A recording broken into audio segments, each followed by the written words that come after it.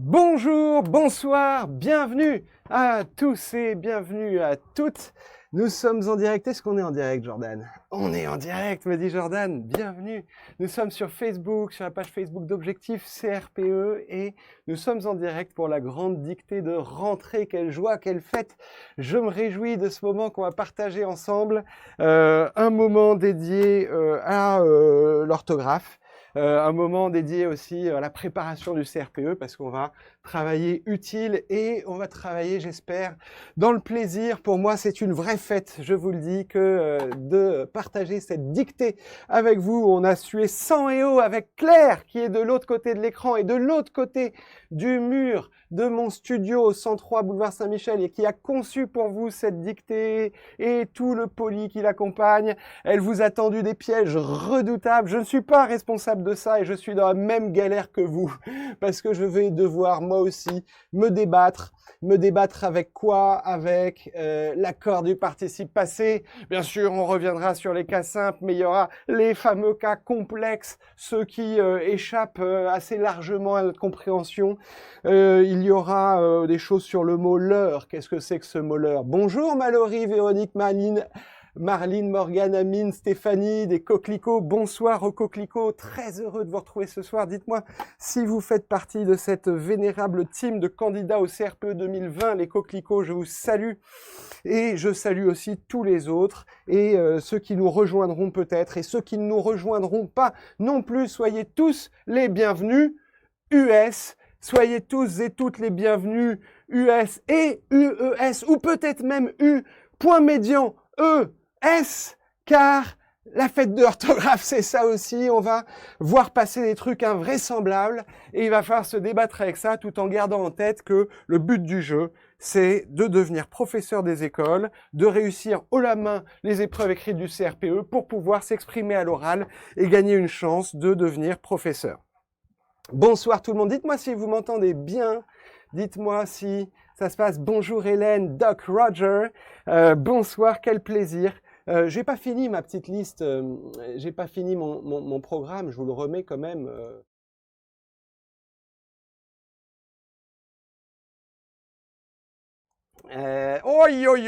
Je suis perdu dans mes scènes et nous y revoilà.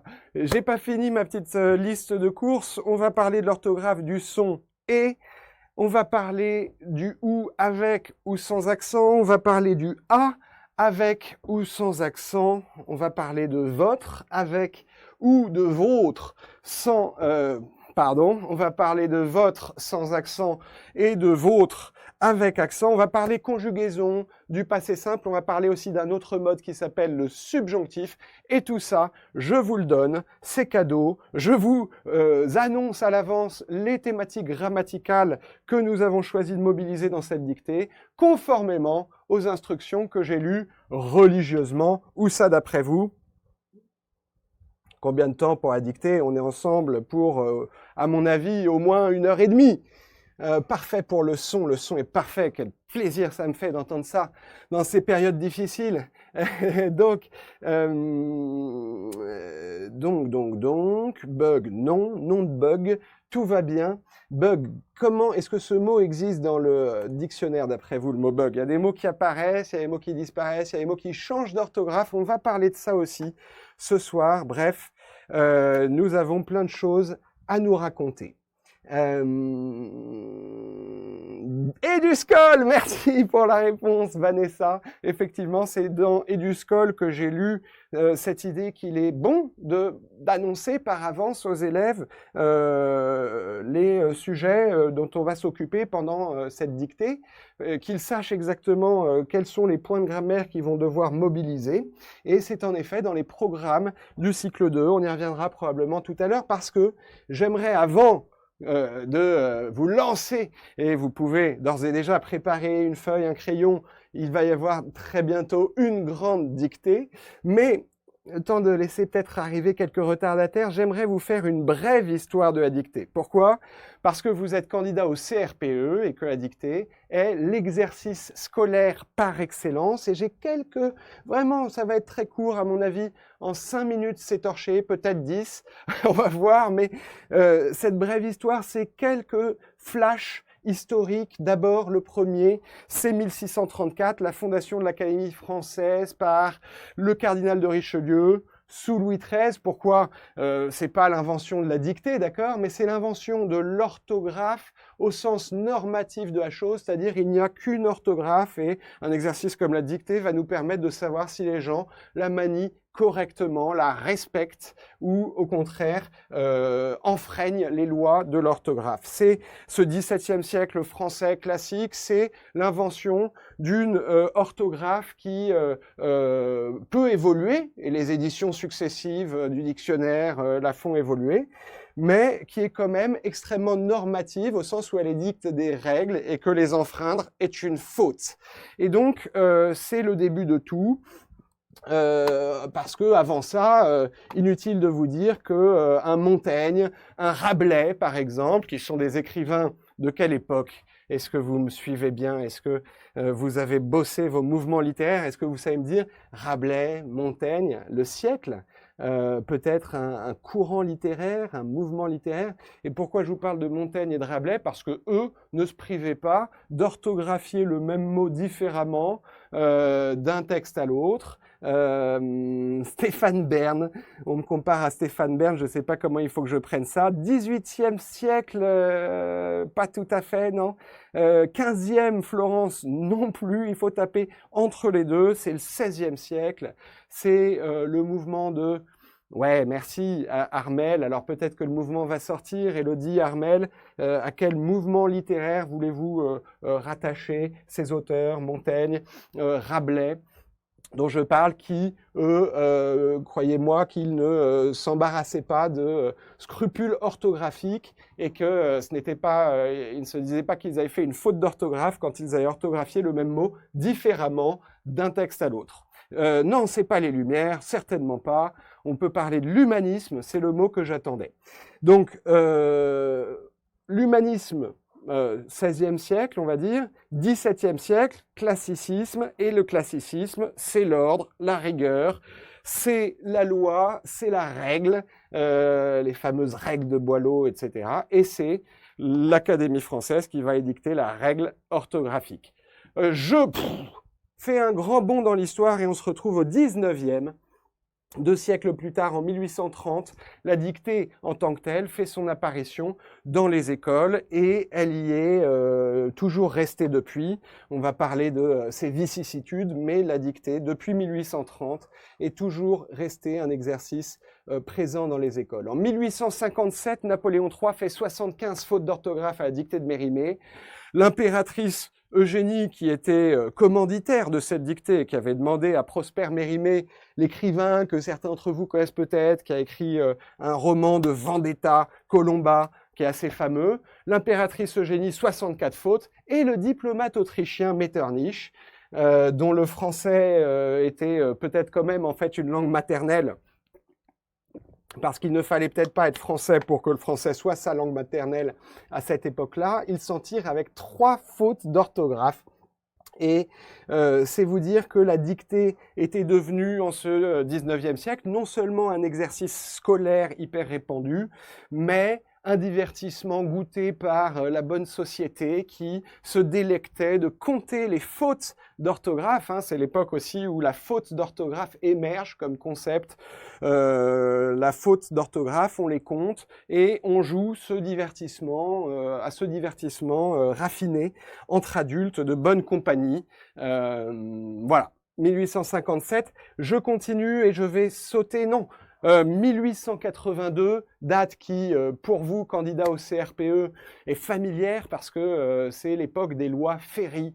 Et la deuxième des grandes lois de Jules Ferry est une loi qui rend l'instruction primaire obligatoire de 6 à 13 ans. D'accord ? Là, très récemment, c'est passé de 3 ans. On a encore reculé l'âge de début de scolarité obligatoire, mais de 6 à 13 ans. Et à 13 ans, qu'est-ce qu'on passe ? On passe son certif. Et le certif, il y a la dictée. Et la dictée est l'épreuve reine du certif. Plus de 5 fautes au départ. Dans la première version du certificat d'études primaires, plus de 5 fautes entraînent un échec. Et on est recalé au certif si on fait plus de 5 fautes d'orthographe à la dictée. en 1989. Donc on est beaucoup plus tard, plus d'un siècle plus tard. On avance? Ah, Claire me dit qu'il faut que, parce que ils veulent la dicter, c'est ça? D'accord, mais ils vont la voir. Attendez, on a tout notre temps, non? J'avance. Claire me dit d'avancer plus vite. Je dois coucher mes gamins. Alors, le live sera disponible en replay pour tous ceux qui devraient nous quitter en cours de route, mais restez avec nous parce que la dictée arrive. Et c'est important, si vous êtes candidat au CRPE, vous devriez tirer parti de ces quelques rappels historiques parce que l'école d'aujourd'hui est le produit de cette histoire. Et donc aujourd'hui, la dictée est encore là. Au brevet qui a remplacé le certif, c'est encore une épreuve qui est présente. Les 5 fautes ne sont plus là, évidemment, et Dieu sait qu'on a adouci le régime. En 2018, c'est ma dernière date, et après, c'est fini de l'intro historique. Mais en 2018, retour en force de la dictée dans les programmes scolaires avec une dictée par jour au cycle 2. C'est quoi ça? C'est les ajustements de programmes qui sont parus en 2018. Donc, sous Blanquer, on a des clarifications et ajustements de programmes qui font que la dictée, qui était pas du tout absente des programmes 2015, parus au moment où Najat Vallaud-Belkacem était ministre, la dictée, qui n'était pas absente, fait un vrai retour en force avec notamment une mesure quasiment slogan qui est de dire une dictée par jour au cycle 2. Et effectivement, on peut le vérifier dans Eduscol. Est-ce que vous voulez? Bon, alors, c'est intéressant, ça va. Je peux prendre mon temps? Je peux vous montrer 2 minutes, quoi. Vous m'accordez combien de temps sur Eduscol, sur les programmes, sur cette affaire de dictée? Moi, je trouve ça intéressant. Donc, je n'écoute personne, je fais mon dictateur et je vais faire un tout petit tour sur Eduscol pour vous parler de la dictée dans les programmes. Pourquoi? Parce que, je vous ai dit, elle n'était pas absente, elle est revenue en force. Rien n'est plus simple que de vérifier ça. On va au cycle 2, on a dit, on va dans le programme des enseignements, et vous arrivez là. Sur les programmes 2018, texte consolidé, vous voyez ce charabia qui est là, il est vachement important, hein. Il nous dit ce qui s'est passé en 2018. De façon très subtile, Blanquer a modifié ou clarifié les programmes précédents sans les abroger. Et là, vous avez la version 2018 qui procède à quelques coupes, à quelques permutations de termes et qui constitue finalement la nouvelle version des programmes. Donc, ça s'est passé sur le cycle 2 et 3 en maths et en français. L'EMC était concerné également. L'outil qui est vraiment génial, c'est le CTRL F, d'accord? Dictée, CTRL F. Là, on va trouver les 11 occurrences du mot dictée dans les programmes version Blanquer 2018. Et donc, on va trouver dictée quotidienne diversifiée, c'est la première occurrence. Vous voyez, je vous ai pas menti, dictée quotidienne, tous les jours une dictée, mais dictée quotidienne diversifiée, c'est-à-dire différents types de dictées. Mobilisation des connaissances dans les dictées, des exercices de copie et de dictée. Pratique quotidienne de la dictée, elle permet de se concentrer exclusivement sur la réflexion logique et la vigilance orthographique et de travailler des compétences précises identifié et annoncé par le professeur. C'est de ça que je parlais tout à l'heure et c'est pour ça que j'ai commencé par annoncer le programme grammatical de ce live. Bref, ça c'est les programmes 2018. Si j'essaye de retrouver les programmes 2015, comment je vais faire? Ils sont bien cachés maintenant, hein. On doit me les donner comme même ici, le BOEN spécial numéro 11 du 26 novembre 2015, on va quand même demander à Google qui n'oublie rien s'il n'est pas possible de retrouver le programme d'origine ou le programme version 2015 et de refaire ici le CTRL F dictée. Et vous voyez ici qu'on en trouve aussi, on en trouve 10 occurrences, sauf qu'ici on est sur les 3 cycles, je crois.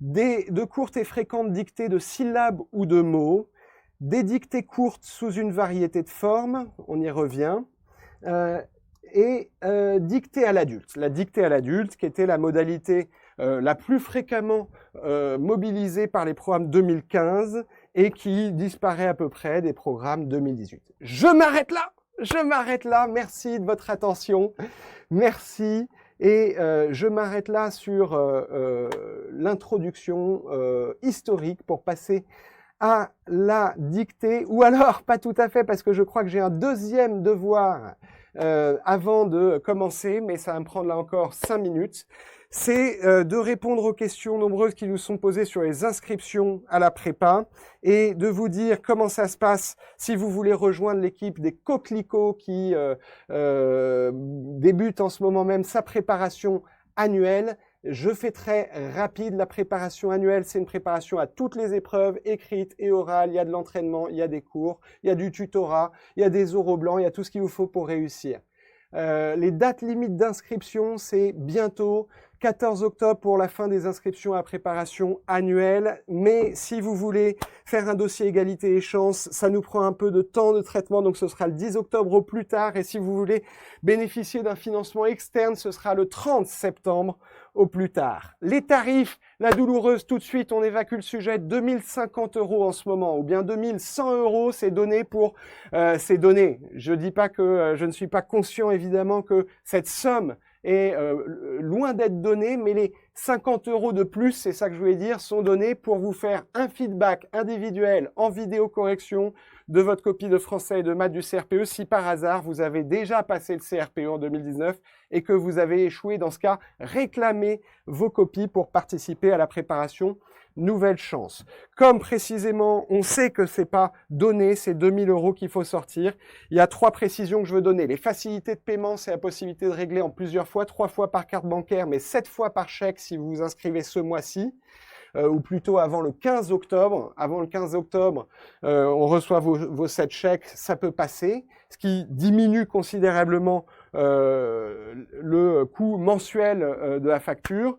Le programme égalité et chance, c'est des réductions qui peuvent aller jusqu'à 50% de réduction et qui sont accordées à de très nombreux élèves qui nous en font la demande parce qu'ils ne peuvent pas financer les 2000 € que coûte la préparation. Et donc, pour ça, c'est un dossier avec des tas de renseignements qu'on vous demande sur votre situation financière à remettre avant le 10 octobre. Les financements externes, ça met beaucoup de temps de traiter vos dossiers, donc c'est possible, aucun problème, vous êtes les bienvenus, mais envoyez-le nous, s'il vous plaît, avant le 30 septembre si vous voulez préparer avec nous le CRPE 2020 avec la préparation annuelle complète. Et pour finir, et ensuite...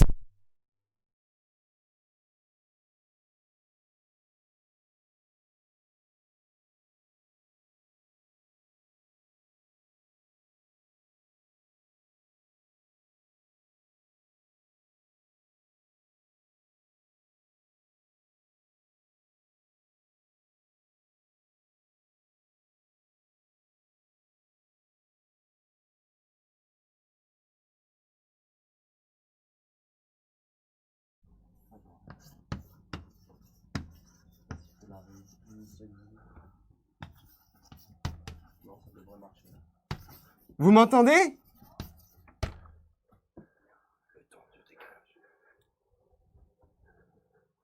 Ça va revenir, ça va revenir. Est-ce que vous m'entendez? Est-ce que ça commence et il n'y a plus de son? Oh, la dictée, ça remarche. On y est, hein? On y était. C'était la dictée. Place à la dictée. La première dictée muette, peut-être. Ça va être un exercice très original. Est-ce que tu peux juste demander, est-ce que tu peux juste regarder si le texte est de la dictée? Non, mais je vais avoir besoin du texte de la dictée sans rire. Ah, mais je l'ai là, je l'ai là. Non, je l'ai. Place à la dictée. J'ai cru que j'avais pas le texte. J'ai cru que ça allait être le live le plus catastrophique. Vous êtes 500 ce soir à attendre cette dictée et j'ai cru que je n'avais pas le texte. Qu'à préparer Claire avec amour et compétence. Ne ratez pas le poli de Claire, simplement. Ne ratez pas le poli de Claire, il est extraordinaire. Il y a tous les rappels grammaticaux et notamment les cas complexes d'accords du participe passé. Pour nos élèves, il y a des exercices en plus. Il y a une fiche outil sur l'accord du participe passé dans le cas d'une forme pronominale. Donc, ne partez pas sans le poli. Le lien de téléchargement de ce poli vous sera communiqué dans le chat dès que la dictée sera finie. Mais vous resterez, j'espère, avec moi pour la partie la plus importante où on va parler grammaire, on va parler orthographe. Est-ce que vous êtes prêts?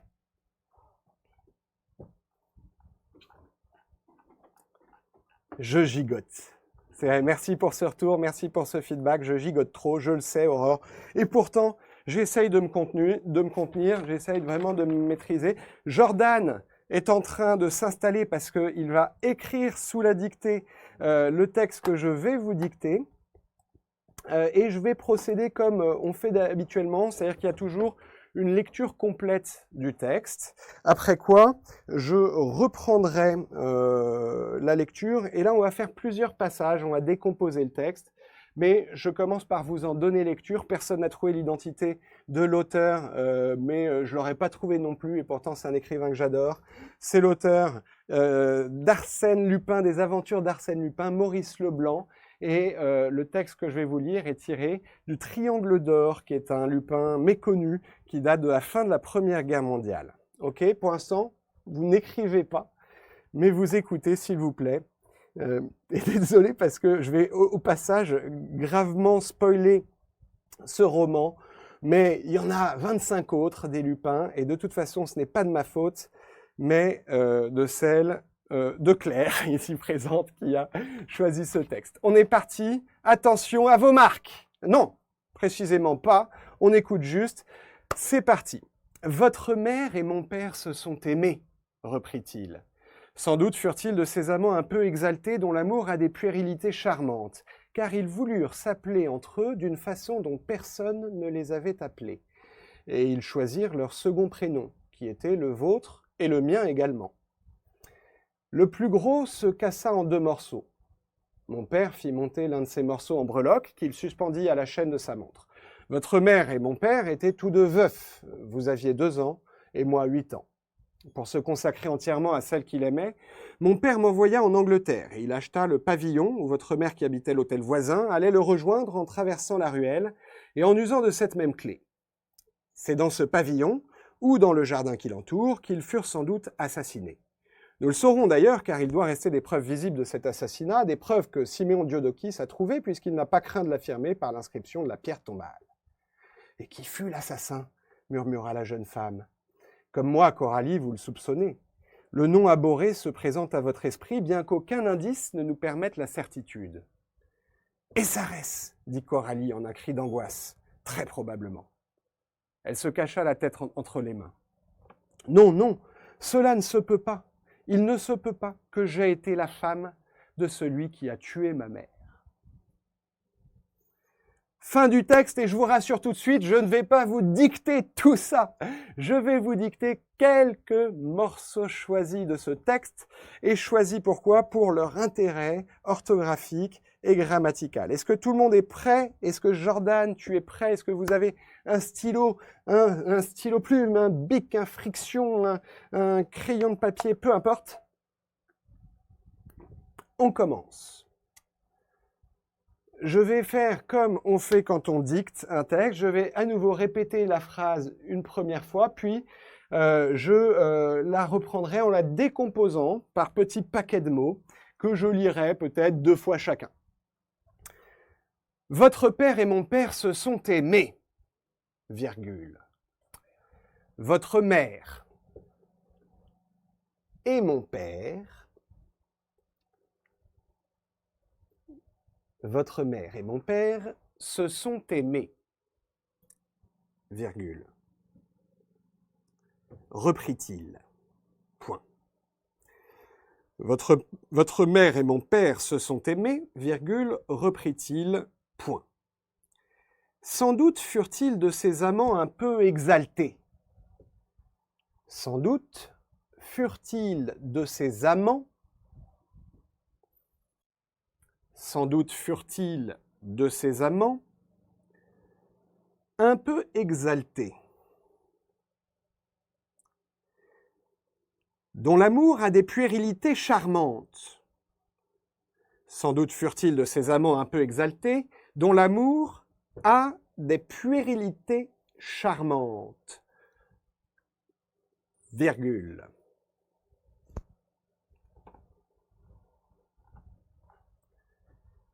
Sans doute furent-ils de ces amants un peu exaltés, dont l'amour a des puérilités charmantes, virgule, car ils voulurent s'appeler entre eux, car ils voulurent s'appeler entre eux, s'appeler entre eux. Bon, celui-là, il est cadeau. Car ils voulurent s'appeler entre eux d'une façon dont personne ne les avait appelés. Car ils voulurent s'appeler entre eux d'une façon dont personne ne les avait appelés.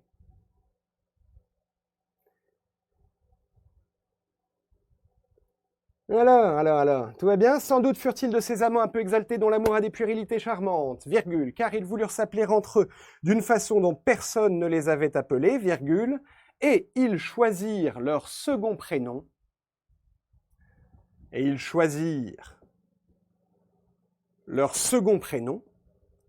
virgule, qui était le vôtre et le mien également. Et ils choisirent leur second prénom, virgule, qui était le vôtre et le mien également. Point. Point. Et ce n'est pas un point final de la dictée, mais on va faire une pause et s'arrêter là un moment. Et je vais vous demander de relire ce que vous avez écrit. Je vais relire ces deux phrases avec vous. Et on procédera ensuite à une discussion sur les problèmes orthographiques que contiennent ces deux phrases. C'est parti, je vous la relis et vous vous demandez si vous avez bien placé tous vos accords, etc. « Votre mère et mon père se sont aimés, reprit-il. Sans doute furent-ils de ces amants un peu exaltés, dont l'amour a des puérilités charmantes, car ils voulurent s'appeler entre eux d'une façon dont personne ne les avait appelés. Et ils choisirent leur second prénom, qui était le vôtre et le mien également. » Ok? On y va? Qu'est-ce que vous pensez? C'était bien? C'était dur? La première phrase d'abord. La première phrase. Aïe, aïe, aïe, aïe, aïe. Votre mère et mon père se sont aimés. Reprit-il. Comment ça s'écrit ça? Dites-moi ce que vous avez écrit. Dites-moi un peu ce que vous avez mis sur la page. Votre mère et mon père se sont aimés. Parce que ça, c'est vraiment le premier point d'orthographe qui arrive dans la dictée est peut-être le plus compliqué de tous, mais on ne va pas se dérober, on est là pour ça. Aimer et S, pas de problème pour Aurore.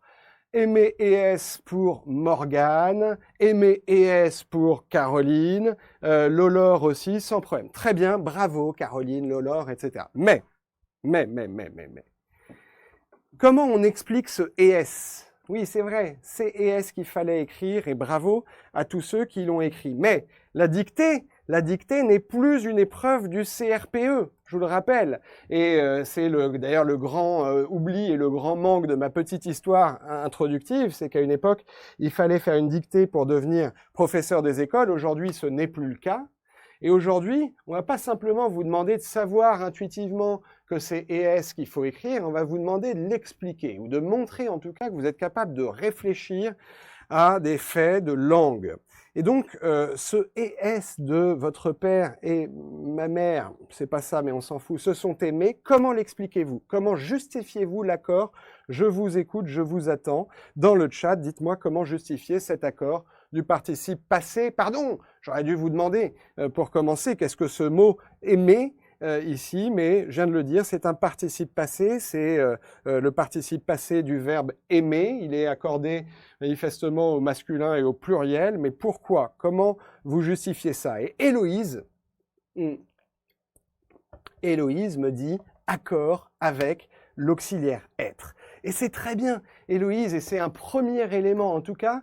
On va voir qu'il n'est pas suffisant parce que je pense que je peux casser ta justification en quelques secondes. Pardon, Héloïse, ne le prends pas pour toi, mais si je te dis par exemple, elles se sont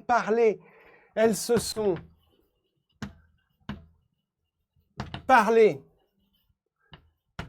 et quoi? Et ES ou E? Elles se sont parlé longuement, par exemple. Eh bien ici, c'est parler « et » qu'il faut. Et donc, le fait qu'il y ait ici un auxiliaire « être » n'appelle pas un accord du participe passé avec le sujet. Donc la justification que tu proposes, qui est de dire, hein, c'était quoi la phrase? C'était « ils se sont aimés ». Et en première hypothèse, Héloïse nous dit, je reconnais ici un participe passé, il est conjugué avec l'auxiliaire être, donc j'accorde avec le sujet, parce que je connais la règle que vous connaissez tous.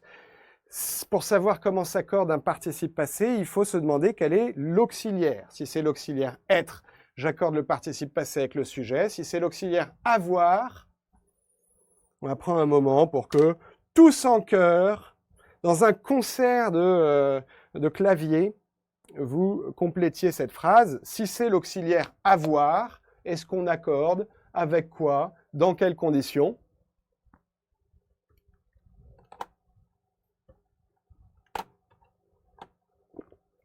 Caroline l'avait déjà dit un peu plus haut dans le chat. Pas d'accord si le COD est placé avant le verbe avec l'auxiliaire avoir. Et donc, on n'accorde pas avec le sujet, si c'est l'auxiliaire avoir, mais on accorde avec le COD uniquement s'il est placé avant le verbe. D'accord? C'est les carottes que j'ai mangées, et ES, parce que j'ai mangé quoi? Des carottes. Le COD est placé avant le verbe, donc j'accorde avec ce COD.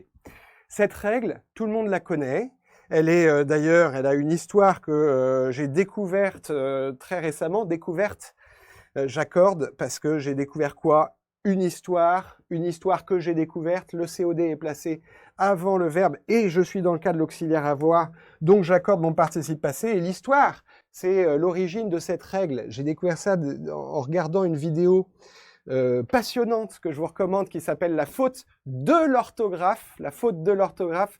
Après mon live, tapez ça sur YouTube, vous allez voir, ça dépote. C'est deux profs, un prof de lettres, un prof de philo, qui vous expliquent que l'orthographe est une règle parfaitement arbitraire destinée à faire de la domination sociale, en gros, et que l'Académie française au XVIIe a fait les choses aussi compliquées que possible pour piéger les ploucs qui se dénoncent comme tels en dysorthographiant des mots. Bref, ce que racontent ces gens dans cette vidéo, c'est que le participe passé, cette règle que je viens de rappeler, j'accorde si j'ai un auxiliaire avoir seulement si le participe passé est placé avant le verbe. Elle est en fait effectivement complètement arbitraire parce qu'elle vient, j'ai pas fait de fact-checking, mais elle viendrait, on va dire, du fait que les moines copistes du Moyen-Âge sur qui on s'est fondé pour édicter cette règle, sur les textes sur lesquels on s'est fondé pour édicter cette règle, ces moines copistes travaillaient très souvent sous la dictée. Et donc s'ils entendaient par exemple les pieds que Jésus a lavés, ils savaient très bien de quoi on parlait, ils accordaient ES, mais si le moine qui dictait les textes disait par exemple « Jésus a lavé, virgule », après avoir une grande discussion avec son disciple préféré pour lui proposer un pique-nique sur les bords du lac de Tibériade, virgule, les pieds, laver, on ne sait pas encore de quoi on va parler, on met et il est trop tard quand on entend les pieds pour revenir et corriger ça, d'autant que les mots au Moyen-Âge sont collés les uns aux autres. Donc vous voyez, c'est quand même une histoire un peu dingue, cette histoire si compliquée d'accord du participe passé, mais comme si c'était pas assez compliqué, ça ne suffit pas de dire ce qu'on a dit, puisqu'ici j'ai le verbe être et je n'accorde pas pourtant avec le sujet, le pronom elle qui est ici sujet. Alors comment ça se fait? Qu'est-ce que c'est que ce schmilblick? J'espère que vous m'entendez toujours. Eh bien, quelqu'un a assez bien résumé l'affaire ou commencé en tout cas à expliquer l'affaire en expliquant qu'il s'agissait, Amélie, d'un verbe pronominal. Pourquoi un verbe pronominal? Parce que j'ai ici, ils se sont aimés, mon père et votre mère se sont aimés. J'ai ici ce petit pronom se, qui est un pronom réfléchi, et c'est le verbe aimer, mais qui est ici à la forme pronominale. C'est le verbe s'aimer, on pourrait dire, ou c'est une construction pronominale plus exactement, puisque le verbe aimer, il existe aussi sans son pronom réfléchi. Donc, c'est pas comme le verbe s'enfuir, par exemple, qui n'existe pas sans son pronom réfléchi. Enfuir, ça n'existe pas. C'est donc un verbe pronominal, mais le verbe aimer, qui existe très bien sans son pronom, peut aussi être construit avec le pronom, et dans ce cas, on a une construction pronominale. Et elle est conjuguée, le verbe aimer est ici conjugué à quel temps? C'est un temps composé. Pour qu'on ait un participe passé, il est composé, l'auxiliaire est au présent. Oui, c'est le passé composé de l'indicatif. Et donc, pour expliquer ce phénomène, il va falloir reconnaître que nous avons affaire à un verbe pronominal. Et la règle de l'accord du participe passé du verbe pronominal est encore un peu différente de celle que vous connaissez tous très bien. Et je vais essayer de vous la faire courte. C'est un challenge, je vais résumer, je vais un peu simplifier, mais je vais essayer de vous expliquer comment savoir, comment accorder le participe passé du verbe pronominal. Soyez vraiment de tout cœur avec moi parce que c'est un vrai défi de refaire la règle. Je vais essayer de la faire sous forme de carte mentale et d'être aussi clair que possible. J'ai même ici bien bossé comme vous le voyez et je vous explique. Si vous avez un verbe pronominal qui est à un temps composé, donc vous avez un participe passé de ce verbe pronominal et vous vous demandez comment l'accorder. La question que vous devez vous poser, bon, la gestion du tableau, hein, la gestion du tableau, ça c'est un vrai truc et je vous confesse humblement que c'est par là que je suis le meilleur. Donc on a notre VP, notre verbe pronominal et on se demande comment accorder le participe passé. On va se poser une première question, c'est est-ce qu'il existe un COD? D'accord? La première question à se poser, c'est est-ce qu'il existe un COD? Dans, par exemple, votre père et ma mère se sont aimés. Ils ont aimé qui? Eux-mêmes. Oui, j'ai l'impression qu'il y a un COD, mais c'est possible aussi qu'il n'y ait pas de COD. Si je dis elles se sont parlé ce matin longuement, elles ont parlé à qui? À elles, je vois éventuellement un COI, mais je vois pas de COD. Donc le COD, c'est oui ou non. Hein. Et si c'est oui, ça va pas être le même cas que si c'est non, parce que si c'est oui, on va se demander exactement comme quand on a un auxiliaire avoir, s'il est avant ou après le verbe. Parce que s'il est avant, on va faire exactement comme avec l'auxiliaire avoir, c'est que on va accorder avec ce COD, qui est en fait aussi le sujet, d'accord? Parce que votre père et ma mère, pardon, votre mère et mon père se sont aimés. Ils se sont aimés, ça veut dire ils ont aimé qui? Eux-mêmes. Le COD est bien placé avant le verbe. J'accorde avec ce COD, mais qu'est-ce que c'est que ce COD? C'est aussi le sujet, votre mère et mon père. Ils s'identifient dans ce cas. Donc, on accorde exactement comme avec l'auxiliaire avoir. Si, par contre, le COD est placé après, alors le participe passé va rester invariable et il ne va pas s'accorder. Elles se sont racontées leur vie, par exemple. Elles se sont racontées quoi? Leur vie. Leur vie est placée après le verbe. Le COD existe, il est après le verbe. Participe passé invariable. Elles se sont racontées et. Ça va? Vous suivez? J'espère que vous suivez. S'il n'y a pas de COD, que faisons-nous? Eh bien, dans ce cas, nous nous posons une autre question. C'est que nous regardons le pronom réfléchi qui fait qu'on est dans un verbe pronominal, et on se demande si c'est ou non un COI. D'accord? Est-ce que c'est un COI? Et là encore, ça peut être oui, c'est un COI. Elles se sont parlé, elles ont parlé à qui? Parler et pas d'accord. D'accord? Si c'est un COI, le participe passé est invariable. Et on n'accorde pas. Si en revanche, ça ne peut pas s'analyser comme un COI, ce pronom réfléchi.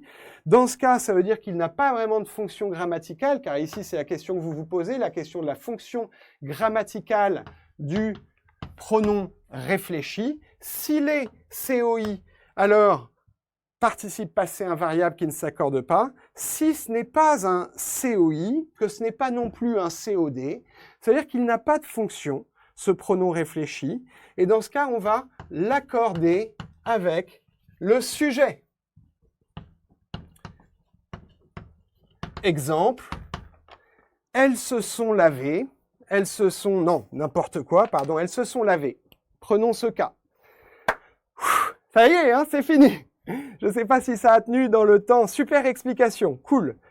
100 personnes en moins, c'est clair. Alors, restez parce que pourtant, ce que je vais vous dire juste après, c'est ne paniquez pas. On n'a pas besoin forcément de maîtriser tout ça pour réussir le CRPE, loin de là. Mais on voulait commencer cette grande fête orthographique par ce challenge que d'essayer de vous faire comprendre l'accord du verbe pronominal, du participe passé du verbe pronominal. Et donc, si je dis « elles se sont lavées », elles se sont lavées, est-ce qu'il y a un COD? D'après vous, elles se sont lavées, est-ce qu'il y a un COD? Elles ont lavé qui? Elles-mêmes. Oui, pour moi, il y a un COD. Est-ce qu'il est placé avant le verbe? Elles se sont lavées. Le se, c'est lui qui porte le sens du COD et du coup, et qui renvoie à qui? Son référent, c'est elles, c'est les filles. Donc, il est placé avant, donc j'accorde. Elles se sont lavées et ES. D'accord? Vous comprenez? Et inversement, quand est-ce qu'on peut avoir ça? Bah, si je vous dis par exemple, elles se sont souvenues. Elles se sont souvenues de ce que tu leur avais raconté. Elles se sont souvenues. Est-ce qu'il y a un COD? Elles ont souvenu, déjà, ça n'existe. On va difficilement pouvoir trouver un COD. Elles se sont souvenues de quelque chose. Mais est-ce que j'ai un COD si je dis elles se sont souvenues? Est-ce que j'ai un COD? J'en ai pas, donc je suis là. Quel est le pronom réfléchi? Est-ce que c'est un COI? Est-ce que le se, c'est elle a souvenu à elle-même, à l'autre? Est-ce que c'est un COI? Non, il ne peut pas être analysé comme tel, il n'a pas de fonction grammaticale. On est dans ce cas où on va donc accorder avec le sujet et écrire « elles se sont souvenues » U-E-S. Je propose qu'on s'arrête là pour l'accord du participe passé du verbe pronominal, mais rassurez-vous, Claire a fait un travail extra pour récapituler tout ça dans une fiche, avec aussi des exercices pour les élèves de la team Coquelicot, et vous pourrez reprendre ça à tête reposée. Ce que je voulais vous dire quand même ce soir, c'est que l'accord du participe passé, c'est un must-have pour le concours, c'est une compétence qui tombe très régulièrement au CRPE, mais si elle tombe, vous aurez peut-être 10 participes passés à analyser, et sur ces 10 participes passés, vous aurez très vraisemblablement une immense majorité de cas simples. C'est-à-dire, pas tout ça, mais est-ce que c'est l'auxiliaire être? Est-ce que c'est l'auxiliaire avoir? Est-ce que c'est peut-être un participe passé employé comme adjectif, que du coup je vais accorder comme n'importe quel adjectif? Si c'est dans une forme verbale, est-ce que c'est l'auxiliaire ou l'auxiliaire avoir? Si c'est l'auxiliaire être, j'accorde avec le sujet. Si c'est l'auxiliaire avoir, je m'interroge sur la place du COD éventuel. S'il existe et qu'il est avant, j'accorde avec. Bon.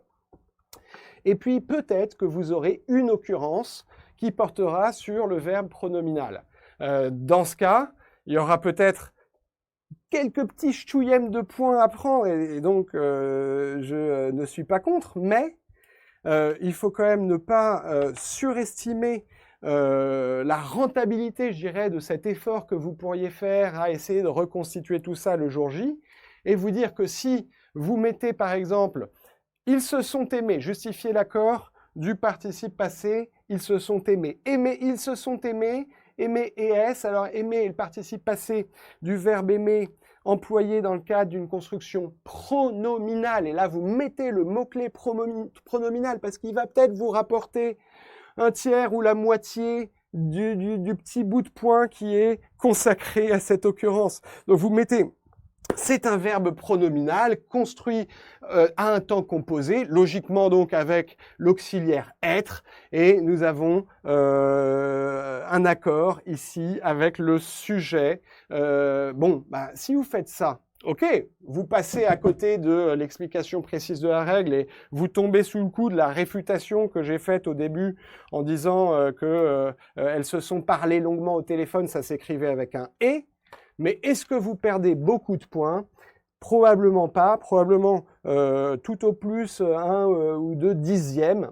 Et donc, je vous le dis pour que vous relativisiez quand même l'importance de ce point de grammaire précis au CRPE. Alors je vois avec bonheur, admiration et reconnaissance que vous êtes encore avec moi. Et la phrase suivante de la dictée était sans doute furent-ils de ces amants un peu exaltés dont l'amour a des puérilités charmantes. Et elle est charmante aussi, cette deuxième phrase. On l'attaque tout de suite, mais je vais être plus rapide parce qu'il y a moins de surprises. Sans doute furent-ils d'abord. Sans doute furent-ils. Qu'est-ce que c'est que ce mot furent? Et est-ce qu'il y en a parmi vous? Dénoncez-vous humblement et amicalement devant vos camarades si vous avez écrit furent avec un accent circonflexe comme ça là. Parce que y a pas de raison de le faire. C'est quoi ce mot furent? D'abord, c'est quoi? C'est une forme verbale. On est d'accord, on reconnaît une forme verbale, mais c'est quel verbe? C'est quel verbe? C'est le verbe être. À quel temps? À quel temps le verbe être est-il ici conjugué? Donnez-moi le temps et donnez-moi, merci pour le temps Akima, c'est le passé simple, donnez-moi le mode indicatif, passé simple indicatif, aucune raison de mettre un accent circonflexe sur le U de fur. On n'oublie pas d'accorder le sujet avec le... Est-ce que vous me voyez bien là? Oui, vous voyez mon curseur? Oui. On n'oublie pas d'accorder le sujet et le verbe, même si ce sujet est ici un peu curieusement placé après le verbe à cause du sans doute qui commande ici une inversion de l'ordre traditionnel sujet-verbe. De ces amants, alors ici, un classique, est-ce que ça va être un C, est-ce que ça va être un S? Dites-nous hein, si vous avez écrit SES ou CES, mais dites-nous aussi si vous avez un truc pour savoir si c'est CES ou si c'est SES. Moi, je sais que je sais que je pense un peu de façon un peu scolaire, je vous l'avoue, et je me dis le CCES, c'est quoi? C'est le démonstratif, c'est celui qui sert à dire c'est ces amants-là, ceux-là qui sont par là en train de se bécoter sur les bancs publics et que je montre, que je démontre, c'est le démonstratif et qui appelle un C. Moi, c'est dans ma tête, démonstratif, c'est le C et le S, c'est le S du possessif. Le mien, le tien, le sien avec un S et ces amants, ça voudrait dire quoi? C'est-à-dire les amants de quelqu'un. Mais non, aucun sens ici. On est bien dans, regardez-les, ces amants qui sont là, un peu exaltés. Un peu exaltés, qu'est-ce que c'est que ce mot exalté? Là encore, ça découle d'un verbe, le verbe exalter, ça ressemble très fort à un participe passé. Participe passé, probablement employé ici comme adjectif, hein, en fonction d'attributs du sujet, ou non, peut-être pas d'attribut du sujet. Bon, je vais pas m'aventurer plus loin, au besoin Claire me corrigera ou donnera son point de vue, mais en tout cas, exalter, ce qui est sûr, c'est qu'on va l'accorder avec le mot auquel se réfère ce participe passé employé comme adjectif, le mot amant, donc masculin pluriel, donc ES forcément, d'accord ? Dont l'amour a des puérilités charmantes. L'amour a des puérilités charmantes. C'est une phrase un peu... on n'est pas très habitué à voir ce mot puérilité au pluriel. C'est une coquetterie un petit peu. Donc le mot puérilité, on va l'écrire ES comme tous ces mots féminins en E. On va s'abstenir de rajouter un E en trop. Et c'est bien le verbe avoir qu'il fallait reconnaître ici, sans accent donc, et pas la préposition a qu'il fallait mettre. L'amour a des puérilités charmantes. Si vous passez cette phrase au passé, par exemple, l'amour avait des puérilités charmantes. Tout va bien? C'est bien, c'est bien, c'est bien. Ah, car on peut dire avait, Stéphanie, exactement le même truc. Ça, Jordan, est-ce que tu suis? Tu n'as pas vérifié si tu avais fait des erreurs? Vous avez remarqué que je ne parle pas de faute. Jordan, bien sûr que je vais continuer. J'aurai encore besoin de toi. Tant qu'il y aura des gens qui seront partants pour continuer cette dictée, je la continuerai. Peut-être qu'un jour, Claire devra nous quitter parce qu'elle a une baby-sitteuse qui l'attend, mais on prendra le temps qu'il faut. je continue. Sans doute furent-ils de ces amants un peu exaltés dont l'amour a des puérilités charmantes. Là-dessus, pas de difficulté, hein, je crois. J'ai tout bon, Nangli a tout bon, Héloïse est motivée, Amara aussi. Solène n'a fait aucune erreur pour l'instant. Bravo, bravissimo! On continue avec « Car ils voulurent s'appeler entre eux d'une façon dont personne ne les avait appelés ».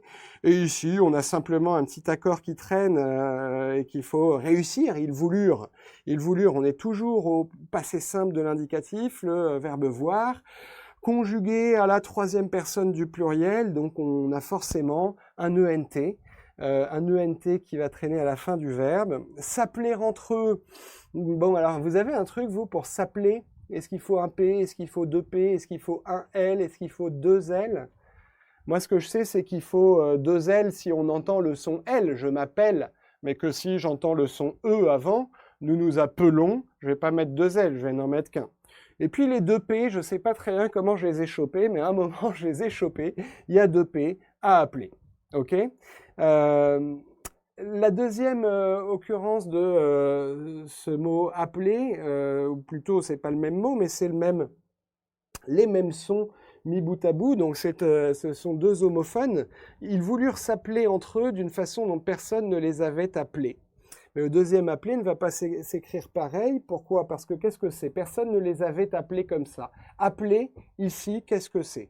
Qu'est-ce que c'est? Quand je dis qu'est-ce que c'est quelle est la nature de ce mot, quelle est sa classe grammaticale, parce que quand on s'interroge sur l'orthographe d'un mot, c'est très bien de commencer par identifier sa classe grammaticale. En l'occurrence, appeler est un participe passé, à nouveau, d'accord?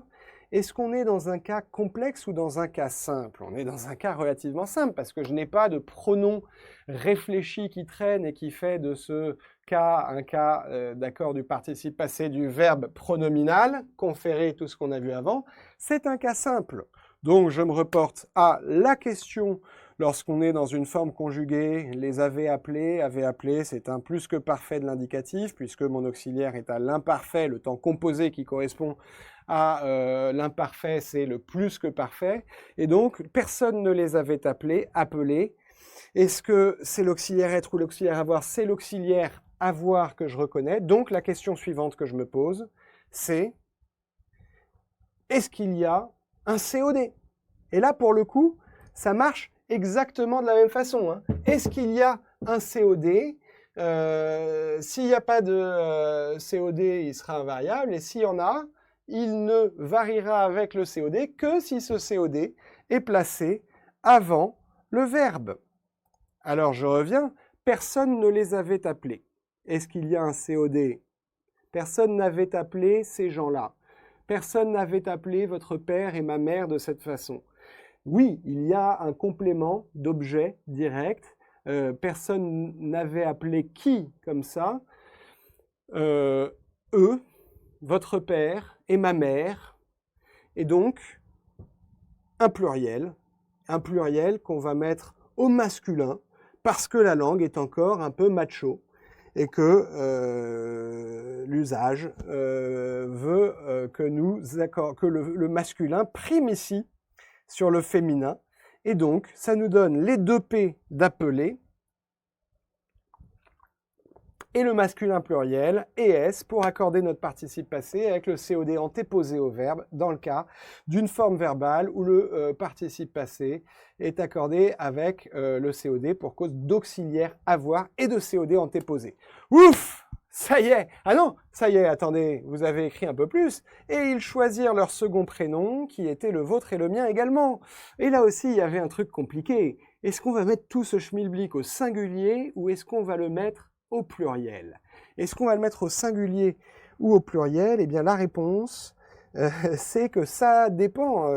Qu'est-ce que c'est? Là encore, entendons-nous bien peut-être sur la nature de ce mot « leur » déjà, pour bien comprendre. Dites-moi dans le chat, s'il vous plaît, quelle est la classe grammaticale de « leur » dans « ils choisirent leur second prénom ». Question vraiment classique CRPE, ça pour le coup. Ils choisirent leur second prénom, donnez-moi la classe grammaticale de leur. Alors, tout le monde me dit que c'est au singulier, leur second prénom. Car c'est le même. Sauf Akima qui me dit pluriel, car chacun a son propre surnom. Personne ne veut me donner la nature. Si, merci Nangli Botticione. Déterminant. L'heure est ici déterminant en effet. Il détermine quoi? Il détermine le nom prénom. On est en début de groupe nominal, leur second prénom. Et il détermine le mot prénom dans quel sens? Dans le sens où il dit de quel prénom on parle? On parle du leur. C'est un déterminant, c'est plus précisément un déterminant possessif puisqu'il permet de dire qui possède ce prénom. Et donc, la question maintenant est de savoir si ce déterminant, on va le mettre au singulier ou au pluriel. L'heure, parce qu'on sait qu'il peut varier. Si c'est un déterminant, il va varier comme tous les déterminants. Un, une, des, la, le, les, etc. L'heure avec ou sans s, eh ben, ça dépend du nom qu'il détermine. Et ici, est-ce qu'il y a plusieurs prénoms ou est-ce qu'il n'y en a qu'un? Telle est la question. Est-ce qu'il y a plusieurs prénoms déterminés par ce mot « leur » ou est-ce qu'il n'y en a qu'un? Est-ce que le second prénom de votre père est le même que le second prénom de ma mère? A peut-être demandé Arsène, c'est peut-être demandé Arsène, c'est peut-être demandé Arsène. Eh bien, je pense que selon toutes les lois de la statistique, les prénoms sont différents l'un de l'autre et que donc il faut écrire leur second prénom au pluriel. Et là, on y va, tout passe au pluriel, le déterminant mais aussi l'adjectif second, le mot, le nom, le substantif prénom, qui était du coup, ça va commander l'accord du verbe être au pluriel avec un joli ENT à la fin parce que le verbe était est ici à accorder avec son sujet. Le sujet de était c'est quoi? C'est le petit mot qui. Mais le petit mot qui c'est quoi? C'est un pronom relatif et en tant que pronom, pronomène, il est à la place d'un nom. Il est mis là pour un nom, le nom prénom. Le nom, le prénom, on s'y perd un peu, pardonnez-moi, c'est le hasard de la dictée. Mais en tout cas, qui était le vôtre? On va mettre était au pluriel si on a mis les prénoms au pluriel. Le vôtre, vous voyez ici, le joli accent circonflexe, résidu du S qu'il y avait autrefois, et Claire a mis un truc super dans la dictée, une expression sur cet accent circonflexe qui serait l'accent du souvenir, parce qu'il est là en souvenir du S. Mais comment savoir s'il faut mettre un accent sur le mot vôtre? Allez, j'efface. Oh, j'ai pas envie de l'effacer. Je suis tellement content d'avoir réussi à faire ce petit schéma. Mais je l'efface quand même impitoyablement parce que vôtre, c'est quand même important aussi et ce sera peut-être plus rentable au CRPE parce que ça aussi, ça tombe assez souvent. On va vous demander de distinguer par exemple votre chemin et votre chemin est mal entretenu. Et le vôtre n'est pas terrible non plus.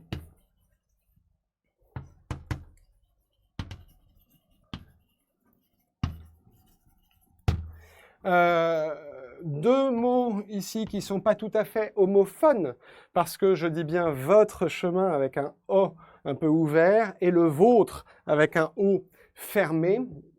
Mais surtout, le mot ici, c'est le vôtre. C'est pas du tout le même mot que votre dans votre chemin. Quelle est la nature du premier mot? Quelle est la nature du second? Je vous attends dans le chat. Donnez-moi la classe grammaticale de chacun de ces deux mots. Votre dans votre chemin et le vôtre dans le vôtre n'est pas terrible non plus. Oui, Émilie, bien sûr, le vôtre, c'est un pronom et votre, c'est un déterminant. Un déterminant, comme tout à l'heure, il détermine le nom qui est juste après, c'est en début de groupe nominal, il n'y a pas de surprise. Et il nous dit, un chemin, quel chemin? Le vôtre, précisément. Votre chemin, c'est un déterminant qui, là encore, caractérise la possession, donc on va dire déterminant possessif. Alors qu'ici, on a un pronom possessif. Pourquoi? Parce qu'il est mis non pas pour déterminer un nom. Vous voyez un nom, vous? Non, moi je vois un verbe. Et très souvent, les pronoms se trouvent tout près des verbes et rarement devant un nom. Mais c'est un pronom parce qu'il est là à la place d'un nom, à la place du nom chemin. Votre chemin n'est pas terrible non plus, d'accord? Donc c'est un pronom possessif. Et si vous êtes dans le cas du pronom, vous n'oubliez pas ce joli petit chapeau du souvenir. Là, on a fini. On a fini le premier extrait. Il est 21h32 et il est l'heure que j'avais annoncé à Claire qui est avec nous et qui nous fait le plaisir de répondre à vos éventuelles questions, de modérer ce live. Donc Claire, si tu m'entends, dis-moi si tu dois filer ce qu'on comprendrait tous très bien. Et dites-moi vous si vous êtes partant pour continuer avec quelques phrases. Je ne vais pas vous relire d'aussi longs passages que ceux que je vous ai dictés, mais simplement quelques phrases choisies d'une dizaine de mots à chaque fois.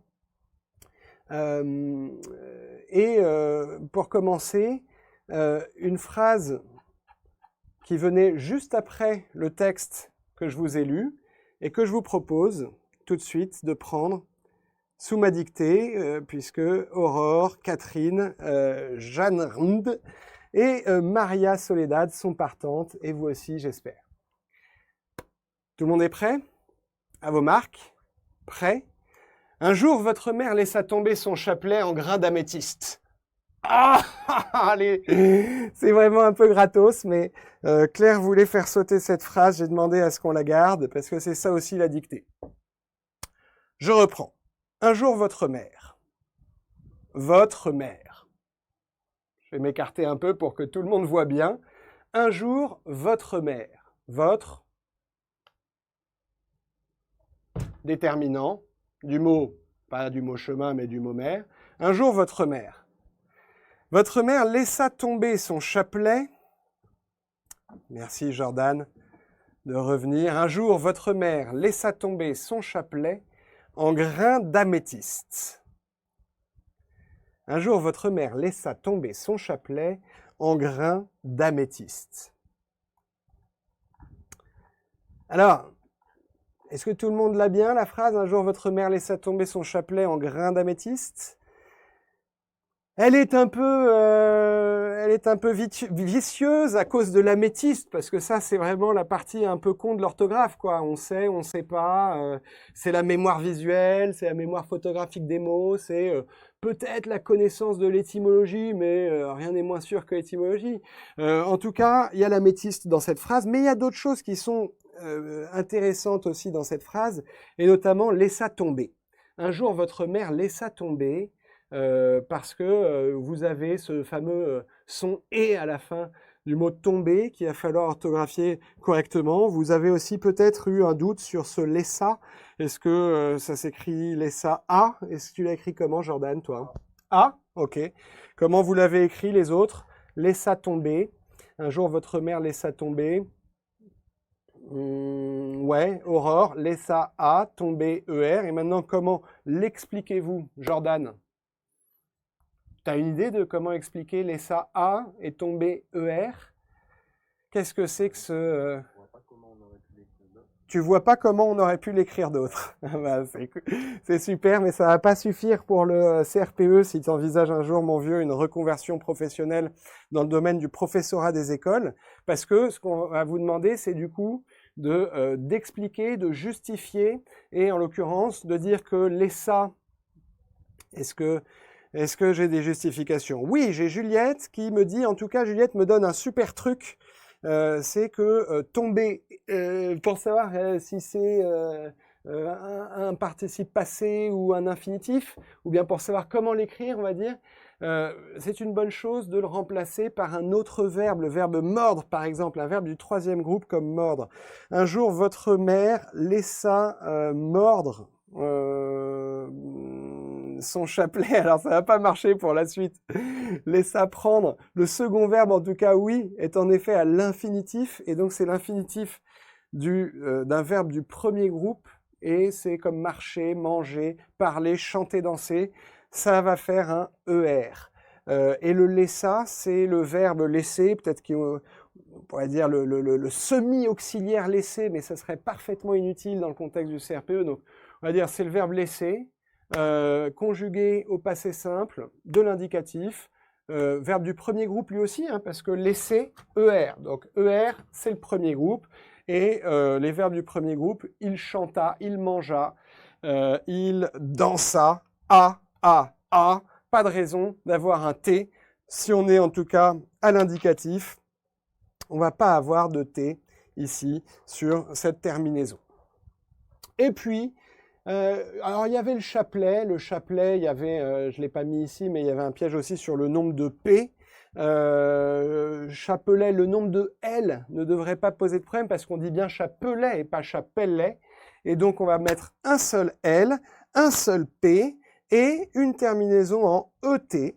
D'accord? Et pour finir, les grains d'améthyste, je viens de le dire. En grains d'améthyste, il y en a plusieurs des grains, donc assez logiquement, et parfois l'orthographe est logique, elle ne l'est pas toujours, mais vous allez ici le mettre au pluriel, et l'améthyste, eh bien, c'est un emprunt au latin, et ce n'est pas une fausse étymologie rajoutée arbitrairement par ces fameux académiciens du XVIIe qui ont voulu faire les choses aussi compliquées que possible pour que tout le monde soit perdu. C'est une étymologie véritable qui commande ce T-H-Y-S-T-E, même si d'autres orthographes de ce mot ont largement existé au fil du temps. Ça va? Est-ce que vous voulez continuer un tout petit peu? Zéro faute, toujours zéro faute. Sonia Petit a toujours zéro faute. Alors il faut que je trouve quelque chose pour te faire trébucher, Sonia, parce que sinon tu n'auras rien appris ce soir et ce serait vraiment désespérant pour moi. Donc, j'ai encore deux idées. Allez, une petite phrase, la dernière, j'abrège un peu parce qu'il est tard, et la dernière phrase du texte, d'accord? Non, non, cela ne se peut pas. Il ne se peut pas que j'ai été la femme de celui qui a tué ma mère. Ah, cette dernière phrase, il faut que vous restiez avec nous pour la faire. Elle est vraiment bien. Elle est vraiment bien, je vous promets. Et tout le reste, d'accord, vous l'aurez dans le poli de Claire avec les rappels de cours, la correction intégrale de la dictée, des exercices corrigés pour nos élèves adorés du groupe Coquelicot, la fiche outils sur l'accord du participe passé du verbe pronominal. Vous pourrez potasser ça tranquillement, à la fraîche, dès que vous le voudrez, mais restez encore quelques minutes pour la dernière phrase du texte et on verra s'il y aura après ou pas un super méga bonus jackpot. Non, non, cela ne se peut pas. Non, non, cela ne se peut pas. Non, virgule, non, point de suspension. Cela ne se peut pas. Point de suspension. Pardon, j'ai oublié la ponctuation. Non, virgule, non, point de suspension. Cela ne se peut pas. Point de suspension. Il ne se peut pas que j'aie été la femme de celui qui a tué ma mère. Il ne se peut pas que j'aie été la femme de celui qui a tué ma mère. Point final de ce texte. Non, non, cela ne se peut pas. Il ne se peut pas que j'aie été la femme de celui qui a tué ma mère. C'est bon, Jordan? C'est bon tout le monde? Alors, elle est intéressante cette phrase. Hein, elle est intéressante. Non, non, cela ne se peut pas. Tatiana l'a écrit tout à fait correctement, puisque elle écrit non, non, cela ne se peut pas. La principale difficulté, c'est le ce. Tu l'as écrit comment, Jordan? CE. T'as pas entendu quand j'ai dit le C, c'est celui-là, c'est le démonstratif, c'est celui qu'on voit là, c'est plutôt SE, t'as raison, c'est plutôt c'est le possessif. Enfin ici, c'est un réfléchi, justement, c'est un verbe pronominal. Bon, c'était le S qu'il fallait mettre ici, pas du tout un se déterminant démonstratif. Et d'ailleurs, s'il est déterminant, c'est déterminant de quoi? Toujours d'un nom, d'accord? Le déterminant, il est souvent en début de groupe nominal. Donc un ce-ce, je m'attends à le trouver avant un nom. Avant un verbe, je m'attends à trouver un pronom qui vient remplacer le nom. Et donc, ici, un pronom personnel, réfléchi, se, se. Cela ne se peut pas. Il ne se peut pas que j'ai été. Alors, que j'ai été, je vous écoute. Là-dessus, il ne se peut pas que j'ai été la femme de celui qui a tué ma mère. On finira par tuer ma mère. Mais d'abord, j'ai été la femme. Il ne se peut pas que j'ai été la femme de celui. Comment tu as écrit j'ai été, Jordan? Et pour été, déjà. Donc, pas de problème, tu as reconnu le participe passé du verbe être. Et tu m'as mis été, ok? Et j'ai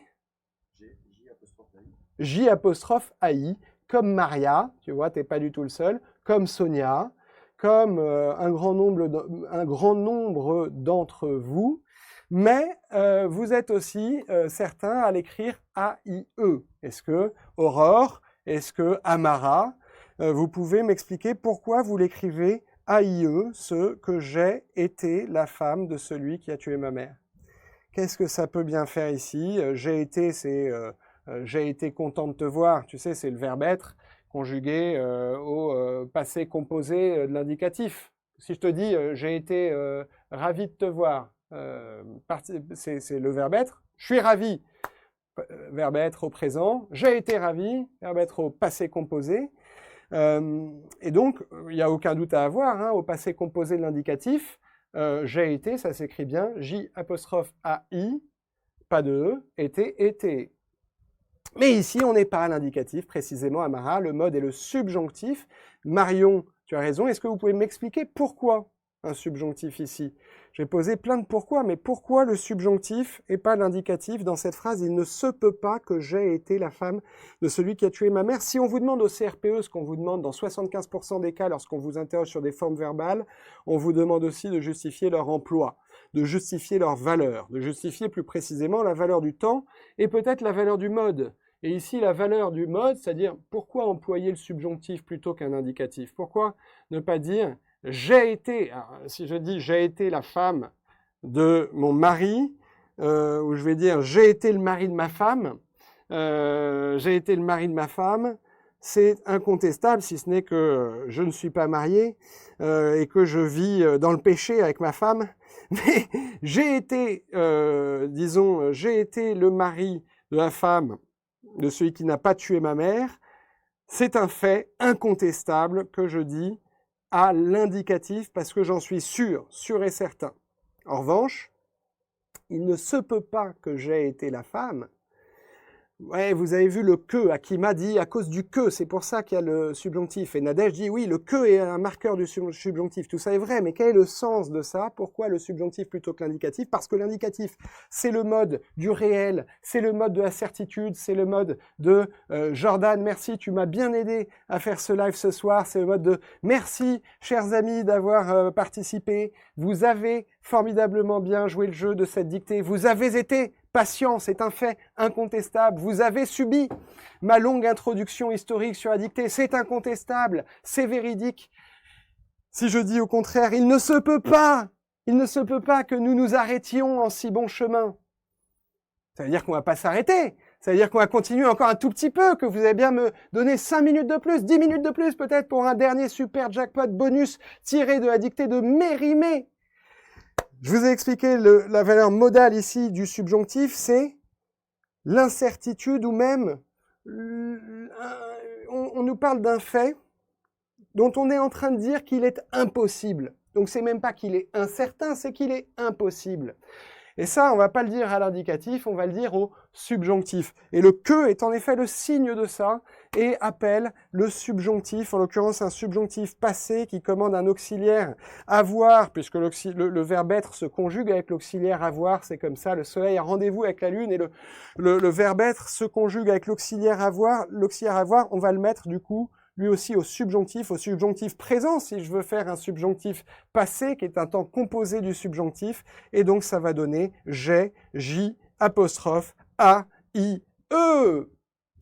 Et je vous donne au passage le dernier mot tuer, le mot tuer qui est un participe passé. Donc on revient à notre leitmotiv de ce live, le participe passé tuer, participe passé du verbe tuer, conjugué avec quel auxiliaire, puisque c'est un cas simple, je ne vois pas de pronom, je ne vois pas de raison de s'inquiéter et de se référer à quelque chose de très compliqué qui n'existe même plus au tableau. Mais tuer, c'est un participe passé ici conjugué avec l'auxiliaire avoir. Donc la question que je vais me poser, c'est est-ce qu'il y a un COD? Celui qui a tué qui? Ma mère. Ma mère est placée après le verbe, donc pas d'accord, tout va bien, on reste avec la désinence simple du masculin singulier, tuer et. Est-ce que tout va bien? Est-ce que vous voulez la dernière phrase, la phrase de la dictée de Mérimée en bonus pour que ceux qui auraient... Est-ce qu'il y en a qui ont toujours zéro faute? Est-ce qu'il y en a qui n'ont trébuché ni sur l'améthyste, ni sur le pronom, ni sur le participe passé du verbe pronominal? Est-ce qu'il y en a qui n'ont encore fait aucune erreur?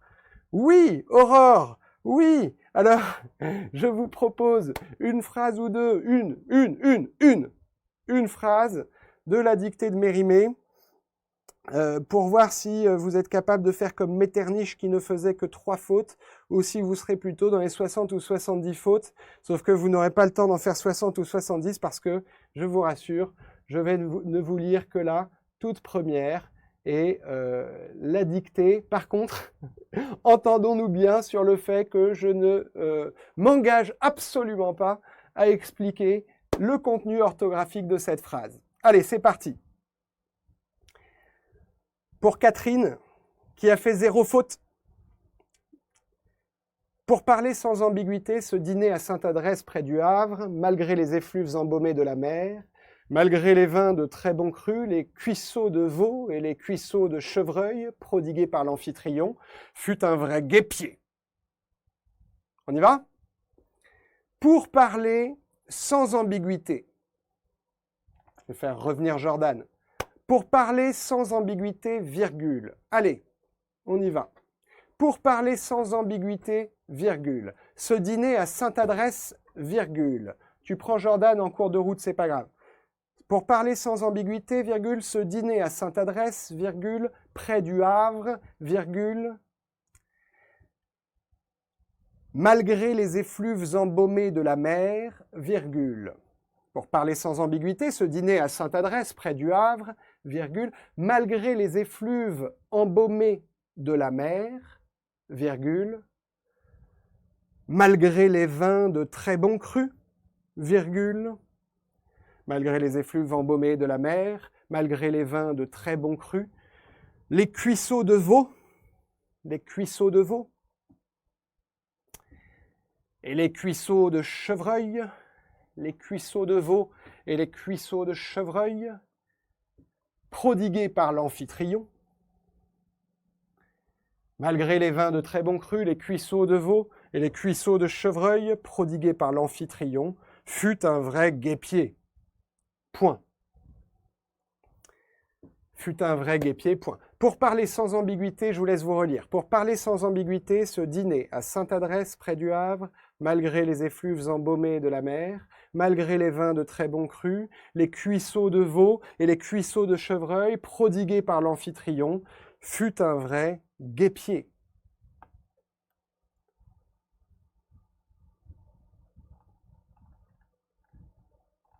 Aïe, aïe, aïe, j'ai l'impression que certains d'entre vous n'ont pas entendu la phrase, mais je la donne quand même. Jordan l'a entendu, ça a été un peu trop vite, Jordan? On me dit que j'ai été un peu trop vite, du coup je la relis une dernière fois. Pour parler sans ambiguïté, ce dîner à Sainte-Adresse près du Havre, malgré les effluves embaumés de la mer, malgré les vins de très bon cru, les cuisseaux de veau et les cuisseaux de chevreuil, prodigués par l'amphitryon, fut un vrai guêpier.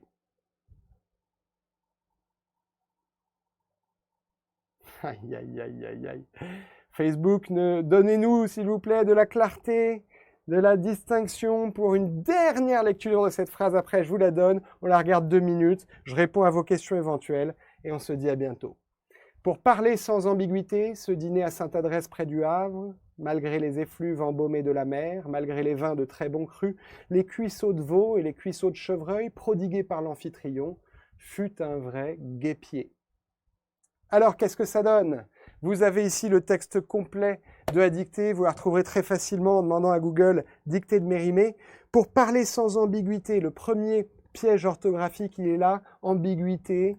Ce mot ambigu, il est terrible parce que selon qu'il est au féminin, c'est-à-dire elle est un peu ambiguë, au masculin, ça ne va pas s'écrire pareil, je rentre même pas là-dedans, mais notez-vous dans un coin si vous voulez de regarder le mot ambiguïté, dîner. Est-ce que tu avais mis un accent circonflexe, Jordan, sur le i de dîner? Non. Bah, alors, il faudrait vérifier si ça n'a pas été simplifié par la réforme orthographique de 90 et si on ne pourrait pas tolérer une absence d'accent circonflexe sur le i de dîner.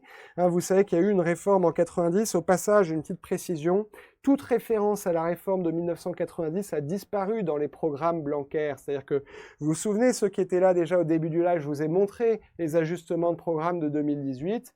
Vous verrez qu'on restitue l'orthographe pré-réforme avec paraît, par exemple, il paraît que il s'est passé quelque chose de grave, paraît, AI, accent circonflexe T.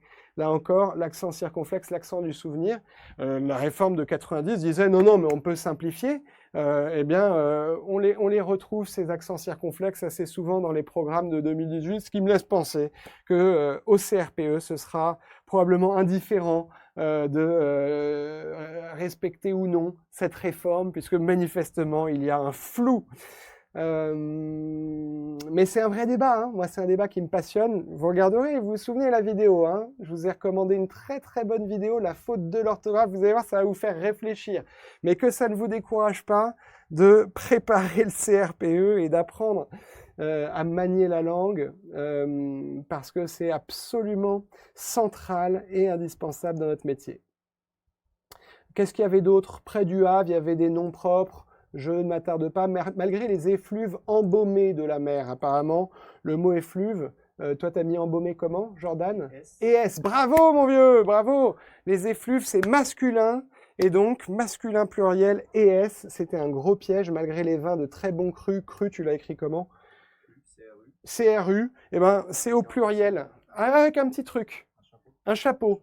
J'ai aucune raison de mettre un chapeau sur le U, mais c'est bien tenté. C'était CRUS qu'il fallait écrire parce qu'apparemment il y a plusieurs bons crus qui sont rassemblés ici. Les cuisseaux de veau et les cuisseaux de chevreuil, ça c'est vraiment la saloperie absolue, la peau de banane glissée par Mérimée, parce que cuisseau s'écrit un coup E-A-U-X et un coup O-T-S, et ça ressemble à de l'arbitraire, ça n'en est probablement pas. Il suffirait d'aller voir sur le TLFI ce qu'il en est, d'accord? Le TLFI, vous connaissez, encore plus sexy qu'Eduscol, le TLFI, le trésor de la langue française informatisé.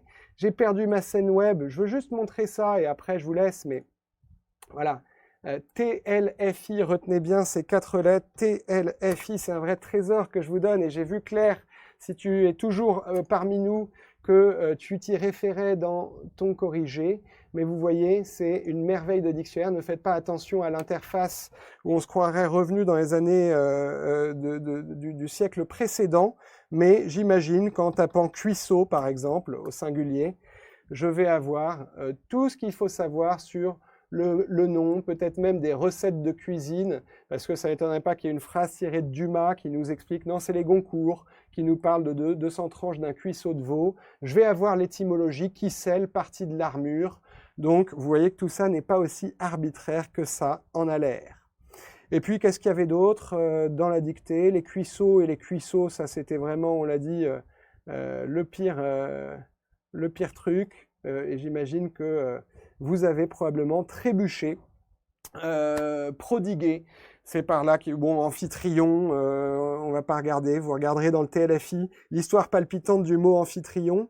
Le guêpier prend aussi le petit chapeau, Jordan, on l'oublie pas, comme sur le dernier mot, guêpier, le « et ». Ici, c'est un « e » accent circonflexe. Et prodiguer, le son « et », on va finir par là, prodiguer, est à nouveau un participe passé du verbe prodiguer. Est-ce qu'il est employé dans une forme verbale? J'ai pas l'impression, je trouve pas d'auxiliaire. Donc, je ne panique pas, je me dis, c'est sans doute un participe passé employé comme adjectif. Les cuisseaux de veau et les cuisseaux de chevreuil prodigués par l'amphitryon, oui, c'est ça, ça doit être un participe passé employé comme adjectif pour qualifier ce grand groupe nominal, les cuisseaux de veau et les cuisseaux de chevreuil prodigués par l'amphitryon. L'adjectif prodigué qualifie les cuisseaux EAUX et les cuisseaux OTS. Et donc, on va très logiquement l'accorder, cet adjectif, puisque c'en est un, avec les noms qu'il qualifie, c'est-à-dire ici du pluriel, du masculin pluriel, et S parce qu'on est dans le cas d'un verbe du premier groupe. Tu te souviens, danser, chanter, marcher, tout ça, c'est quoi la terminaison des verbes du premier groupe? ER, magnifique.